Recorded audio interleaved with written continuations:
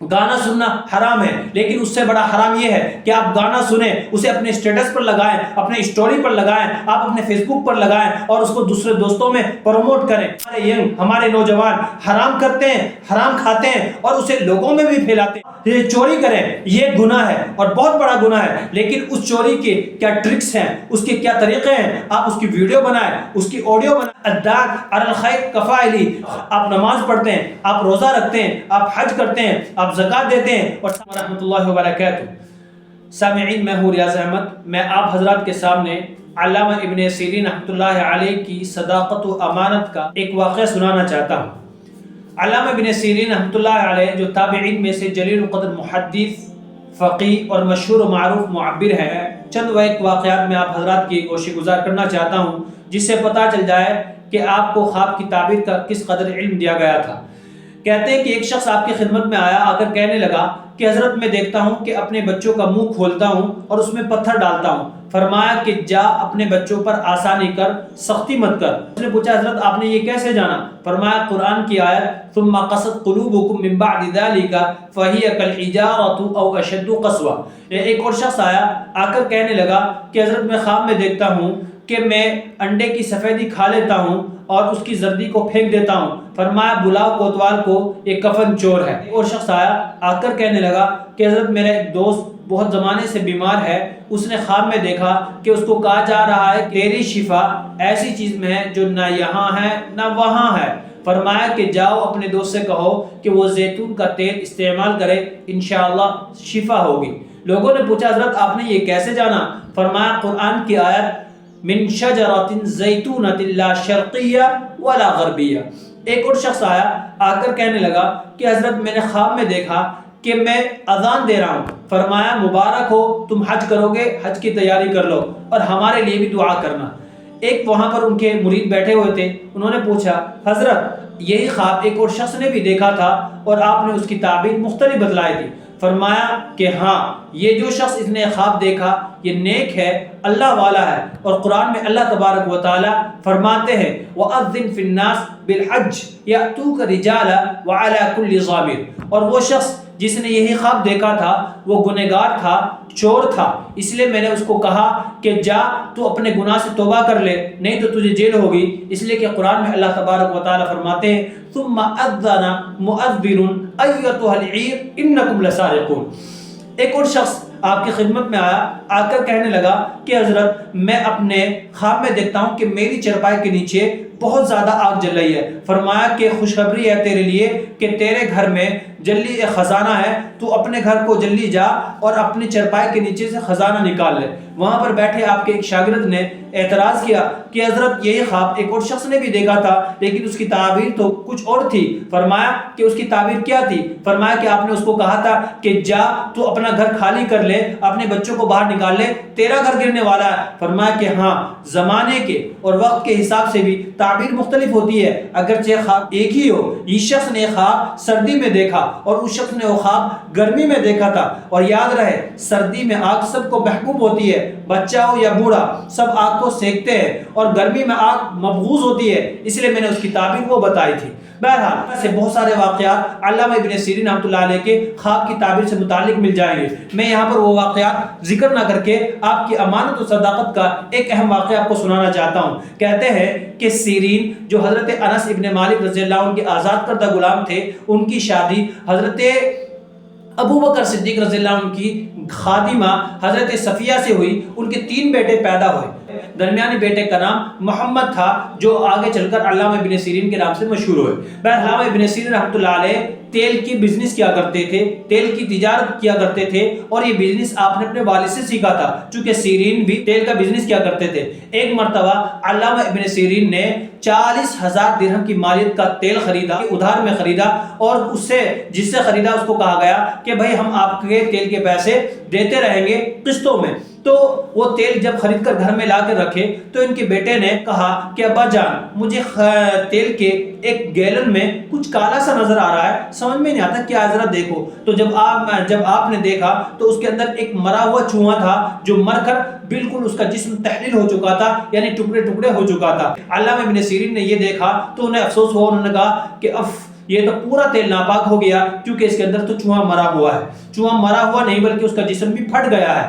تو ان کے بیٹے کہنے لگے کہ ٹھیک ہے ہم یہ تیل کا کوپا اس کو واپس کر دیتے ہیں, یہ تیل کا گیلن اس کو واپس کرتے ہیں. فرمایا کہ نہیں, یہ تیل جو ہے ایک ہی ٹینک سے آیا ہے اور ایک ٹینک سے ان سبھی گیلن کے اندر تیل آیا, تو یہ تیل بھی ناپاک ہو گیا اور یہ بھی ہو گیا. تو بیٹے کہنے لگے کہ ٹھیک ہے ابا, اگر یہ تیل ناپاک ہے تو ہم اس کو واپس کر دیتے ہیں, چونکہ یہ تو حرام ہے, ہم اس کو نہیں بیچیں گے. فرمایا کہ نہیں بیٹے, ہم یہ تیل اس کو واپس نہیں کریں گے, کیونکہ اگر ہم اس کو واپس کریں گے تو وہ شخص اس کو دوسرے کو بیچے گا اور امت میں اس طرح سے حرام چیز بکے گی, حرام چیز ان کے پیٹوں میں جائے گی. میں نہیں چاہتا ہوں کہ امت محمدیہ کے پیٹ میں حرام چیز جائے. تو علامہ ابن سیرین رحمۃ اللہ علیہ نے اس 40,000 درہم کی مالیت کے تیل کو پورے کو ضائع کر دیا. چونکہ یہ تیل ادھار خریدا گیا تھا تو تیل والے نے پیسہ کا تقاضا کیا کہ پیسے نہ دے سکے تو اس کی وجہ سے آپ کو جیل میں جانا پڑا. یہ واقعہ آپ کو سنا کر بتانا چاہتا ہوں کہ علامہ ابن سیرین رحمۃ اللہ علیہ نے حرام مال امت کے پیٹ میں نہ پہنچے, آپ نے اس امانت, اس صداقت کے ساتھ میں اس پورے تیل کو ضائع کر دیا تاکہ حرام مال, حرام چیز امت کے پیٹ میں نہ جائے اور جیل میں رہنے کو ترجیح دی.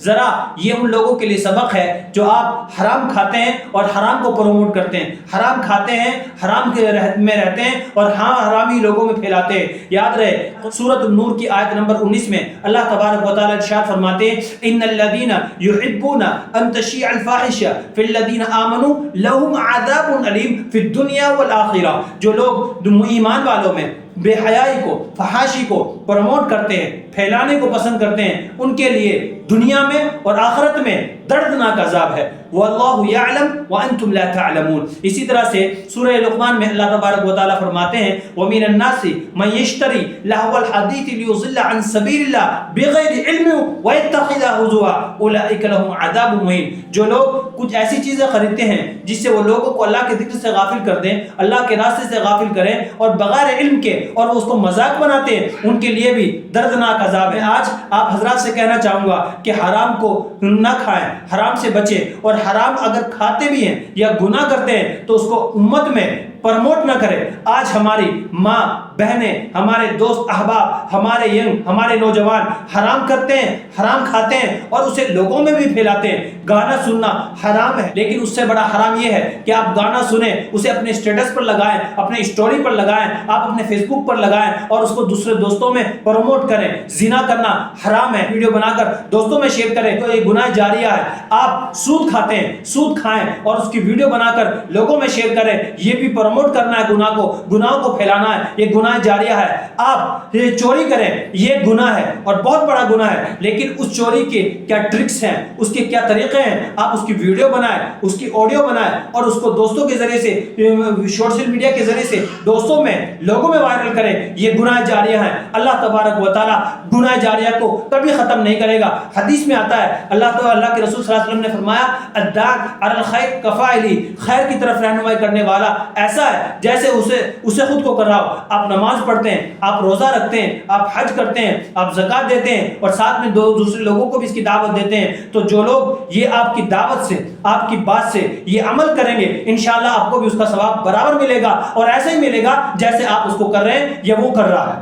بلکہ علماء نے لکھا ہے کہ بندہ اپنی عبادت کرے, ہو سکتا ہے اس میں کمی ہو اور اس کی عبادت قبول نہ ہو, لیکن اگر اس نے کسی کی رہنمائی کری اور اس شخص نے نماز مکمل پڑھی تو اس کا ثواب اس کو برابر ملے گا. اسی طرح سے گناہ ہے, کوئی بھی گناہ آپ نے کیا اور اس کو لوگوں میں پھیلایا تو آپ نے گناہ کیا, آپ کو ایک گناہ ملا, لیکن اس بندے نے اس کو گناہ کو کیا تو جتنی بار وہ گناہ کرے گا گناہ ملتا رہے گا. بہرحال اس گناہ جاریہ سے بچے. آج امت کے اندر یہ سوشل میڈیا کے ذریعے سے گناہ جاریہ عام ہو رہے ہیں اور ہم بغیر تحقیق کے, کسی کی ویڈیو آئی, کسی کی ماں بہن کی عزت کی کوئی ویڈیو آئی, ہم نے اس کو دیکھا, آگے فارورڈ کر دیا اور لکھا ہوتا ہے کہ اس کو فارورڈ کرو, اسے پھیلاؤ. یہ بتائیے امت کے اندر یہ فساد پھیلانا, یہ امت کے اندر فحاشی کو پھیلانا ہے, یہ امت کے اندر حرام کو پروموٹ کرنا ہے. اللہ ہماری حفاظت فرمائے. علامہ ابن سیرین رحمۃ اللہ علیہ نے امت میں حرام نہ جائے اس کے لیے 40,000 کی درہم کی مالیت کے پورے تیل کو ضائع کیا اور جیل میں جانے کو, رہنے کو پسند کیا, لیکن آپ نے اپنے حرام کام, اپنے اس عمل کے ذریعے سے امت میں حرام کو نہیں پھیلایا.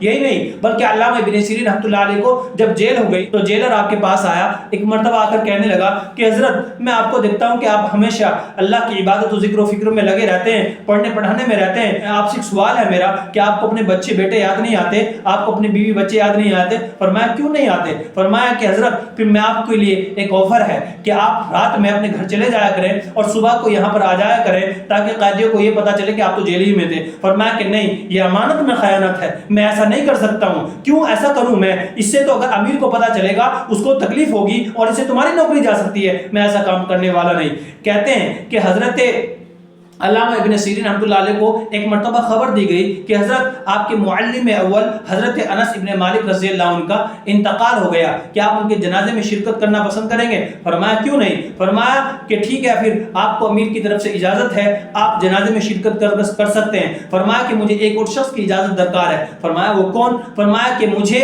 جس شخص نے جیل میں بھیجا, میں جس کا میں مقروض ہوں, اس شخص سے بھی اجازت مجھے چاہیے. ذرا آج کے زمانے میں یہ سوچ سکتا ہے کوئی ہم یہاں پر قتل کرتے ہیں, چوری کرتے ہیں, مکاری کرتے ہیں, عیاری کرتے ہیں, زناکاری کرتے ہیں, فحاشی کرتے ہیں, پھر ہمارے اوپر مقدمہ چلتا ہے, ہم کو سزا ہوتی ہے, لیکن اگلے دن ہم ضمانت پر آ کر باہر ہو کر سینہ چوڑا کر کے چلتے ہیں کہ ہم نے تو کیا ہمارا سرکار نے بگاڑ لیا, کیا اس نے ہمارا بگاڑ لیا, یہ ہے ہماری. لیکن علامہ ابن سیرین رحمۃ اللہ علیہ نے جنازے میں جانے کو پسند نہیں کیا بغیر اس قرض دار کی اجازت کے بغیر. بہرحال یہ واقعہ میں نے آپ کو سنایا کہ علامہ ابن سیرین رحمۃ اللہ علیہ نے اپنی امانت, اپنے بزنس میں اتنی صداقت رکھی, اتنی امانت رکھی کہ آپ نے حرام امت میں نہیں پھیلایا. دعا کرو اللہ تبارک و تعالی ہمیں حرام کرنے سے اور حرام کے پھیلانے سے ہمیں ہمارے اللہ حفاظت فرمائے. میں یہاں اپنے سبھی ناظرین سے, اپنے سامعین سے کہنا چاہوں گا, اگر آپ کے پاس بھی کسی طرح کی کوئی ویڈیو,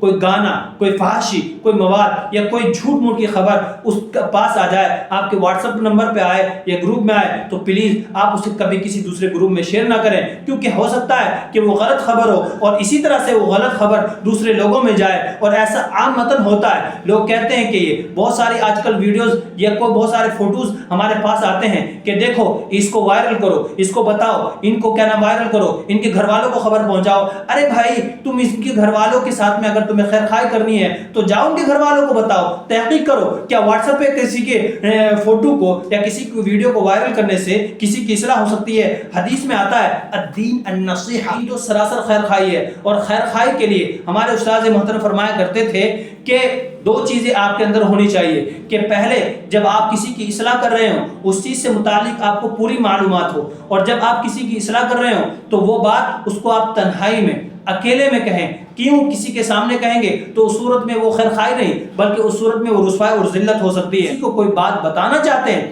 کسی کی اصلاح کرنا چاہتے ہیں, تو پہلے اس تعلق سے پوری انفارمیشن آپ کے پاس ہونی چاہیے, پوری معلومات آپ کے پاس ہونی چاہیے. پھر وہ بات آپ اس کو تنہائی میں کریں, بتائیے واٹس ایپ کے گروپ میں یا واٹس ایپ پر آپ کے پاس جو میسیج آتے ہیں, جو کچھ بھی آتا ہے, کیا آپ اس کی تحقیق کرتے ہیں؟ کیا آپ کو اس کے بارے میں پورے واقعہ معلوم ہوتا ہے؟ نہیں ہوتا ہے. آپ کے پاس ویڈیو آئی, آپ نے اس کو فوراً آگے فارورڈ کر دی. کیا آپ کو جس کے ساتھ آپ خیر خواہی کرنا چاہتے ہیں, کیا آپ نے تنہائی میں اس بندے کے لیے آپ نے اصلاحی پہلو کیا اور تنہائی میں اس کو جا کر کہا؟ نہیں, آپ نے ایسا نہیں کیا, بلکہ آپ نے تو لوگوں میں بھیج دیا. آپ کے 500 700 800 افراد پر مشتمل یہ گروپ ہوتے ہیں اور آپ نے اس میں بھیج دیا. تو یہ خیر خواہی کہاں, یہ تو شر ہے اور شر پھیلایا جا رہا ہے. ایک لمحے کے لیے ذرا سوچیں کہ اگر آپ کا بیٹا, آپ کی بیٹی, آپ کی بہن یا آپ کی والدہ یا آپ کی بیوی کا کوئی گناہ تمہارے سامنے آئے, کیا آپ لوگوں میں جا کر اس کو بتائیں گے اور کہیں گے بھائی اسے پروموٹ کرو, اسے پھیلاؤ تاکہ اس کی اصلاح ہو جائے؟ ایسا آپ کبھی نہیں کریں گے, کیونکہ آپ کو پتا ہے کہ یہ معاملہ میرے سے ہے. تو آپ کو کیسے سزاوار ہوتا ہے کہ آپ کسی کی ماں کی, کسی کی بہن کی, کسی کی بیٹی کی, کسی کی والدہ کی آپ اس طرح کی ویڈیو وائرل کرتے ہو, کہتے ہیں کہ ان کے والدین کو پہنچاؤ؟ یہ بالکل غلط ہے. یہ طریقہ اسلامی طریقہ نہیں, یہ سراسر شیطانی طریقہ ہے. اللہ ہماری اور آپ کی حفاظت فرمائے. وآخر دعوانا الحمدللہ رب العالمین.